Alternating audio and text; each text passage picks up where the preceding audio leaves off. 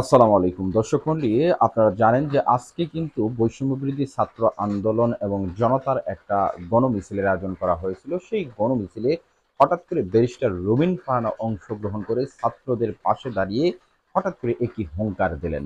তিনি যে কথাগুলো বলেছেন সেই কথাগুলো আপনাদের সামনে আমি প্রথমে তুলে ধরছি, তারপর আরো কিছু গুরুত্বপূর্ণ তথ্য আপনারা জানতে পারবেন। কথা না বাড়িয়ে প্রথমে ব্যারিস্টার রুবিন ফারহানার বক্তব্যটি একটু মনোযোগ দিয়ে শুনে আসুন।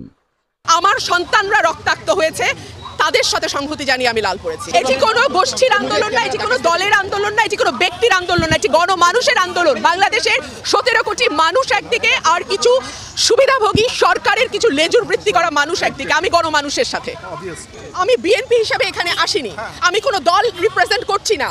আমি রুবিন ফারহানা বাংলাদেশের একজন নাগরিক, আমার তো অধিকার আছে প্রতিবাদ জানানোর, আমি সেই প্রতিবাদটাই জানাতে এসেছি।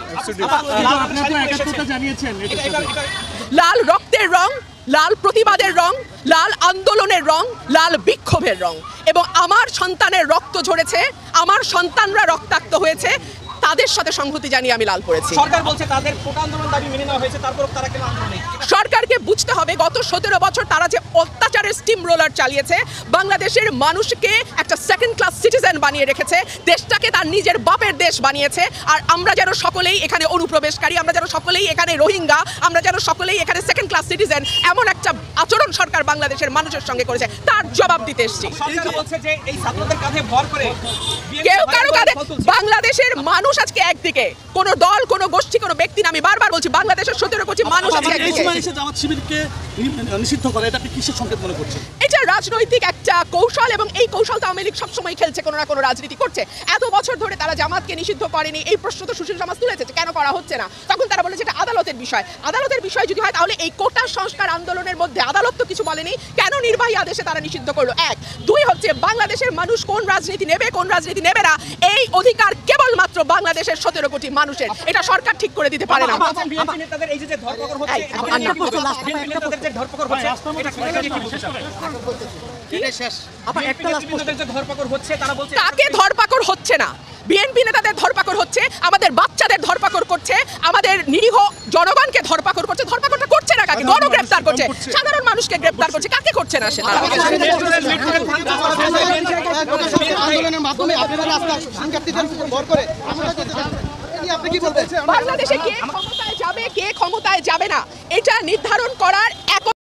দর্শক মণ্ডলী, আপনারা এতক্ষণ ধরে কিন্তু ব্যারিস্টার রুবিন ফারহানার বক্তব্যটি শুনে আসলেন। সে সম্পর্কিত আপনাদের মূল্যবান মন্তব্য অবশ্যই কমেন্ট বক্সে লিখে জানাবেন।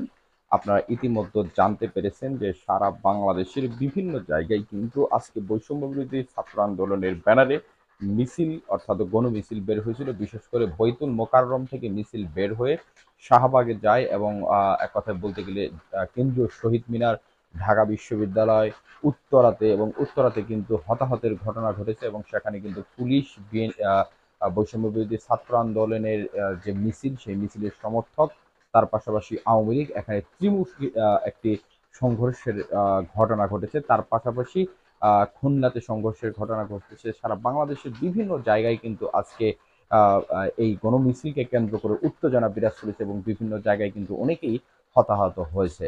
তার পাশাপাশি সবথেকে গুরুত্বপূর্ণ বিষয় হলো যে আগামী রোববারও কিন্তু তারা আবারও এই ধরনের কর্মসূচি ঘোষণা করে দিয়েছে ইতিমধ্যে।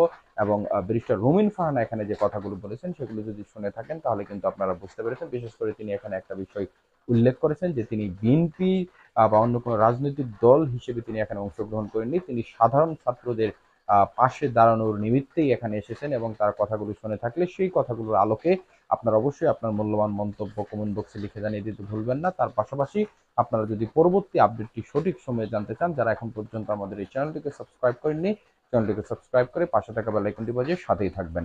ধন্যবাদ সবাইকে। আসসালামু আলাইকুম।